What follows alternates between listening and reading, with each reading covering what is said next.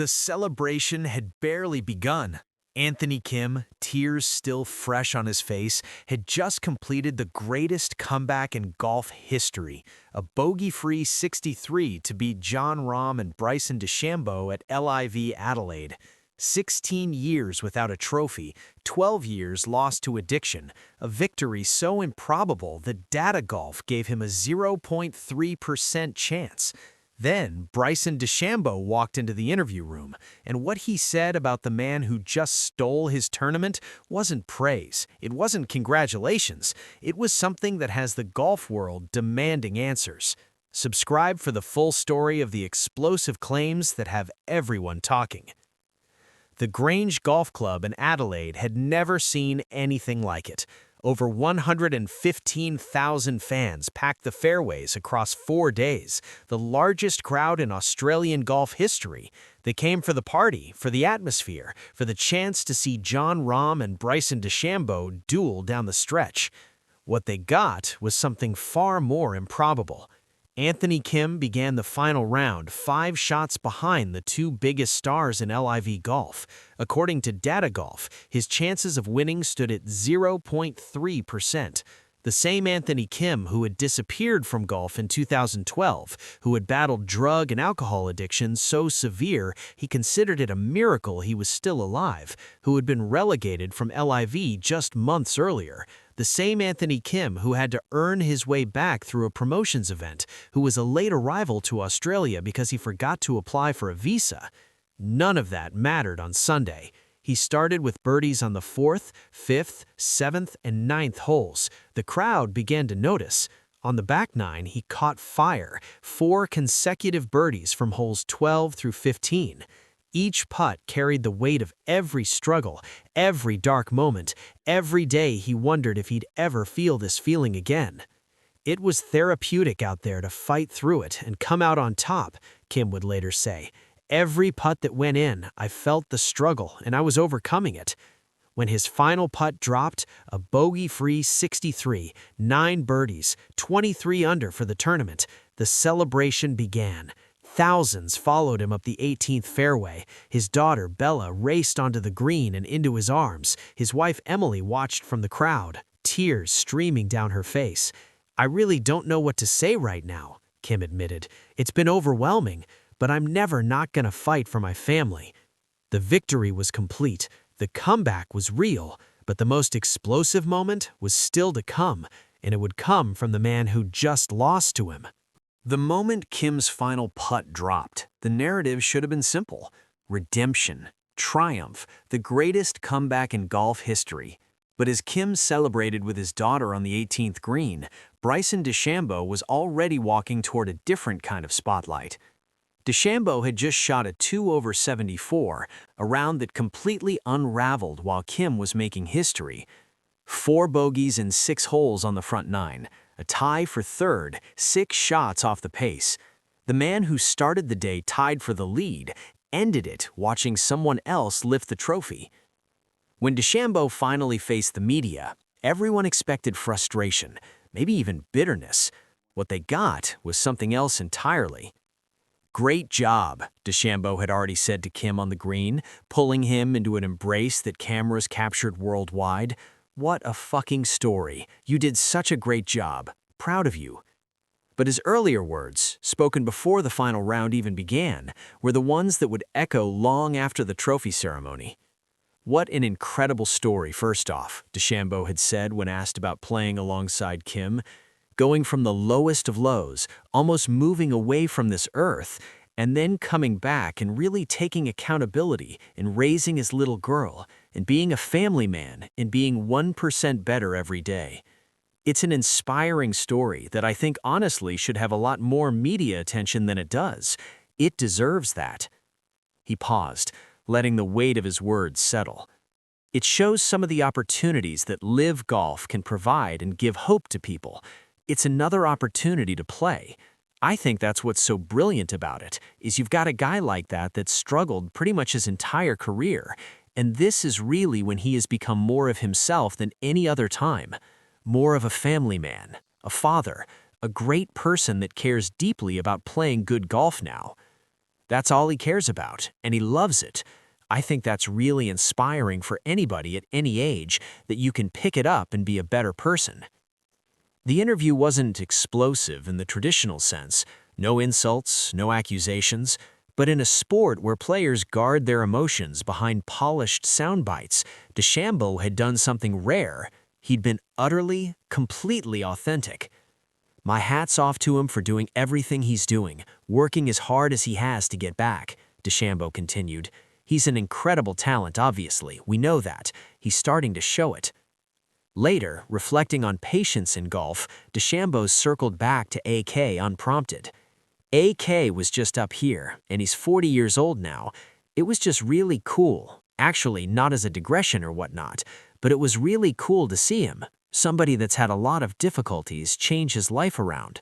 Coming back out here and having the success that he's had, it's really cool to hear somebody like that say even when he's been through so much trouble. He's 8 years older than me. To still say, look, it's about patience and whatnot. It doesn't matter where you are. The message was clear. DeChambeau wasn't just congratulating a competitor, he was recognizing something deeper. A man who had faced the darkest possible depths and clawed his way back. But as genuine as his words were, they immediately sparked a different conversation. Why was DeChambeau, who just lost a tournament he was supposed to win, so openly praising the man who beat him? Was this genuine sportsmanship or something more complicated? The golf world split instantly. Some saw a class act, a champion recognizing greatness. Others whispered about what DeChambeau's words revealed about his own mindset, that a man comfortable with second place might never reach the heights he once promised. Either way, the interview changed the narrative. Anthony Kim's victory was no longer just about him. It was about what his comeback meant to everyone watching, including the man he just beat. Before Adelaide, before the 63, before the tears and the trophy, there was something else between Bryson DeChambeau and Anthony Kim. Not friendship, not rivalry, something harder to define. They had barely played together before that final round in Australia. DeChambeau admitted as much when asked about the pairing. I actually haven't played with him yet, so it'll be fun to see how he golfs his ball. Two players on the same tour, same league, same circuit of global events, and they'd never shared a fairway, but they shared something else, an understanding. Months before Adelaide, Kim had done something that went largely unnoticed by the mainstream golf media. He'd defended DeChambeau publicly, not because they were friends, not because they were teammates, because Kim saw something in the criticism that reminded him of everything he'd faced in his own career. Brandel Chambly, the Golf Channel analyst known for his sharp tongue, had called DeChambeau a captain's nightmare ahead of the Ryder Cup. The comment stung. DeChambeau was already facing questions about his fit on the team, his relationship with teammates, his polarizing presence in the locker room. Kim didn't let it slide. He posted a response on social media that cut straight to the point. Using footage of his own 2008 Ryder Cup singles victory over Sergio Garcia, a performance so dominant he didn't even realize the match was over, Kim wrote something that resonated far beyond the immediate exchange. Chambly never played in a Ryder Cup. Kim had. DeChambeau had. That was the point. The defense wasn't calculated, it wasn't strategic, it was personal. Kim recognized something in DeChambeau that the world often missed, a competitor so focused, so obsessive, so singular in his pursuit that he could appear disconnected from everyone around him. Kim had been called the same things: arrogant, aloof, difficult. "I really want nothing to do with that 20-something-year-old kid," Kim had said about his younger self. He understood what it meant to be judged by people who didn't know the full story. When they finally stood on the same fairway in Adelaide, that history hung in the air between them. Kim wasn't just another competitor, he was someone who had already proven his loyalty, not through words, but through action.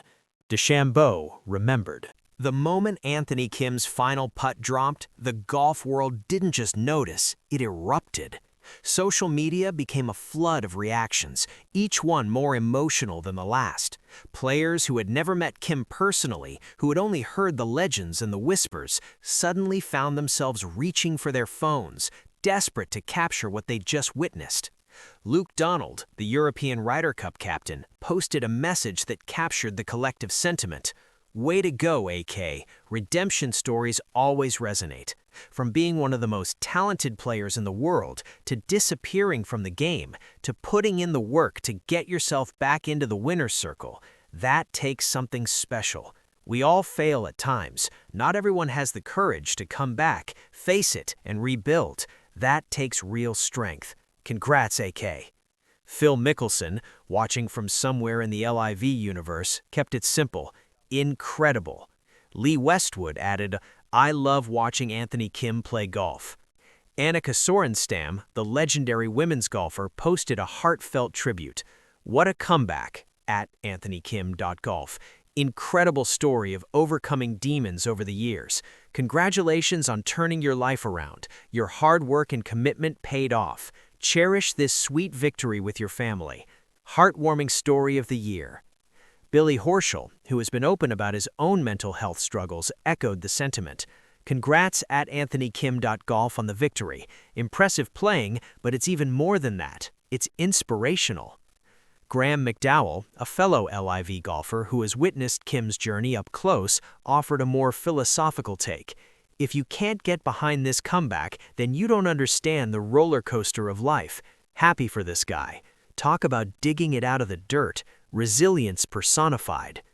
Ian Poulter, never one to mince words, posted, "Truly unbelievable round of golf today. That course was on the edge. That round of golf and comeback is so incredible. Start the movie. It will take a while to unpick and tell AK's story. So awesome to see. Respect."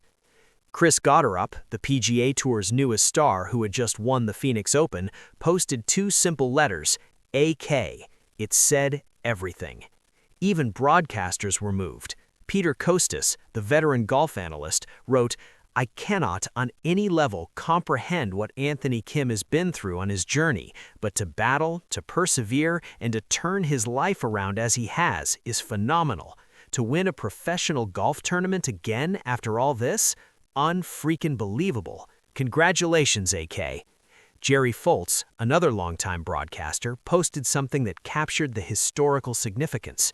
30 years of talking about golf on TV in this day is what I'll remember most." Christy Curl, the major champion, wrote, "One of the biggest comeback stories of all time. Very few understand what it takes to win a golf tournament, let alone come back from something he did, and then have the courage to try again, in life, and then do something like this. Defies everything. God is great." The reactions weren't limited to golfers. Fans flooded social media with their own tributes, many of them sharing personal stories of struggle and how Kim's victory had given them hope. The hashtag #AnthonyKim trended globally. The golf world, so often divided by league loyalties and bitter rivalries, found something it could agree on. What Anthony Kim had just done was nothing short of miraculous. And at the center of it all, Kim himself posted a simple message on X. "Thank you, God. Thank you, sobriety. Thank you to my few close friends and family. Never give up. 1% better." The celebration has faded. The champagne is dried. The trophy sits somewhere in Anthony Kim's home, a physical reminder of the impossible journey from darkness to victory. But the question everyone is asking has nothing to do with what happened in Adelaide. What comes next? For Kim, the path forward is both simple and impossibly complex. He's 40 years old now, with a body that has survived injuries, addiction, and a decade of inactivity. His world ranking, which plummeted to 4,221st during his wilderness years, has already begun climbing again. The victory in Adelaide earned him a $4 million winner's check, but more importantly, it earned him something he never expected: relevance. The majors are suddenly within reach, LIV's new 72-hole format and the OWGR points finally flowing mean Kim could qualify for Augusta, for Oakmont, for Royal Birkdale. The thought of seeing his name on a major leaderboard again, something that hasn't happened since 2012, is enough to make even the most hardened golf fan emotional. For Bryson DeChambeau, the loss in Adelaide is already being reframed. His post-round comments about Kim have been viewed millions of times, analyzed and reanalyzed by fans trying to understand what they reveal about the man himself. Some see genuine sportsmanship, a champion recognizing greatness. Others wonder if his willingness to praise the man who beat him signals a softening, a contentment that might cost him future victories. DeChambeau has moved on. He's preparing for LIV's next stop, for the majors ahead, for the relentless grind of professional golf.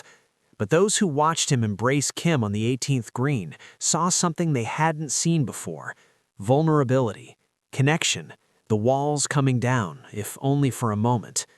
The rematch everyone wants hasn't been scheduled, but it's inevitable. Adelaide was just the beginning. The story of Anthony Kim and Bryson DeChambeau, two men who understand each other in ways the world doesn't see, is far from over. For now, Kim is home with his family. Bella, his daughter, still doesn't fully understand what her father accomplished. Emily, his wife, watches him with a mixture of pride and relief. The man who once thought about giving up on life has just proven that second chances exist. "I want to inspire people," Kim said after the win. "When I was in rehab, that was my goal. I said, if I got out of here, I'd like to help people, and golf wasn't in the picture." He's doing that now. The messages flood his phone daily, from strangers, from fellow players, from people who saw their own struggles reflected in his victory. Each one is a reminder that the comeback wasn't just about golf. The question of what comes next has many answers: more tournaments, more victories, hopefully, a chance to compete at the highest level again. But the real answer is simpler. Anthony Kim is alive, he's healthy, he's sober, he's home. Everything else is just golf. For more coverage of the biggest stories in golf, subscribe and hit the notification bell.